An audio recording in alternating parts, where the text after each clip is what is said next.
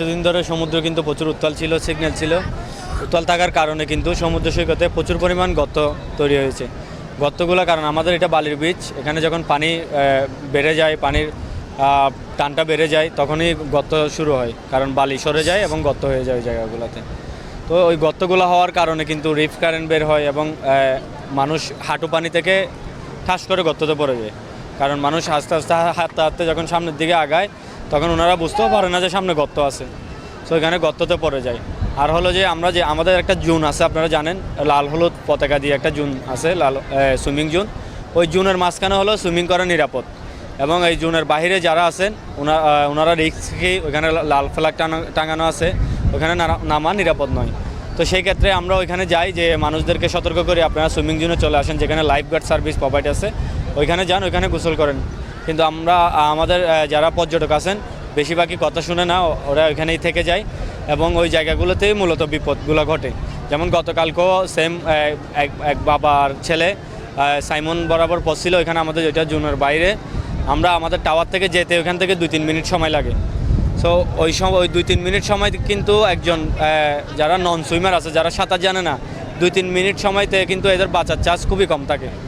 So ওইখান থেকে যে আমি তাদের মধ্যে একজন উদ্ধার করি, আরেকজন লোকাল কমিউনিটি যারা ছিল এরা উদ্ধার করেছে। এরপরে হসপিটালে আমরা নিয়ে যাই, নিয়ে যাওয়ার সময় ওনার জ্ঞান ছিল না। পরে পানি বেশি খেয়ে ফেলার কারণে হসপিটাল যাইলে তাদেরকে মৃত ঘোষণা করে। তো আমি বলবো পর্যটক যারা আপনারা কক্সবাজার আসবেন, তাদের কাছে একটাই অনুরোধ থাকবে, আপনারা লাইফ গার্ড যেখানে প্রোভাইড করা আছে, যেখানে লাইফ গার্ড সার্ভিস দেওয়া আছে, ওইখানে নামবেন, বাইরে নামবেন না। কারণ ওইখানে আপনারা যদি বিপদে পড়েন, আমাদের থেকে এখান থেকে যে আপনাদের উদ্ধার করাতে অনেক টপ। কারণ 2-4-5 মিনিট আপনি যদি পানিতে থাকেন, তাহলে আপনার জীবনের ঝুঁকিটা অনেক বেশি, মৃত্যুর ঝুঁকিটা অনেক বেড়ে যায়। আমি বলবো যে যদি পর্যাপ্ত পরিমাণ বলেন তাহলে বলবো যে নাই, কারণ আমরা 3 বিচে মাত্র 27 জন লাইফগার্ড কাজ করে থাকি এবং 8 থেকে 10 জন ভলান্টিয়ার। আপনি দেখতেছেন লাখো মানুষের পর্যটকের ভিড় কক্সবাজারে, সবাই আসে সমুদ্র সৈকতে পানিতে নামবে, একটু গোসল করবে। সো এই দায়িত্বটাই আমাদেরকে দেওয়া হয়েছে। তো আমরা কিন্তু এই দায়িত্বতে হিমশিম খেলেও এরপরে আমাদের দিক দিয়ে আমরা আমাদের বেস্ট চেষ্টা করতেছি।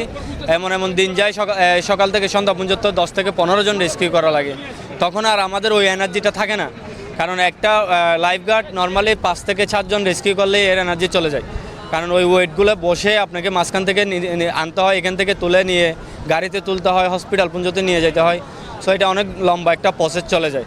তো সেই ক্ষেত্রে বলবো আমি, আপনারা যারা আমরা যেহেতু লাইফগার্ড সংখ্যা কম, আপনারা যারা সুইমিং করতে আসেন, তারা কক্সবাজারে যেখানে লাইফগার্ড সার্ভিসটা দেওয়া আছে অ্যাটলিস্ট ওখানে নামেন, তাহলে আমাদের পক্ষে একটু সম্ভব হয় আপনাদেরকে সেফলি রাখার। গতকাল থেকে এই পর্যন্ত লাখো পর্যটক দেখতেছি কক্সবাজার সমুদ্র সৈকতে, এবং সবাই পানিতে নামতেছে অ্যাকচুয়ালি, সব উপর থেকে নিচে। কিন্তু আপনারা খেয়াল করলে দেখতে পারবেন উপর থেকে নিচে পানিতে কিন্তু পর্যটক বেশি।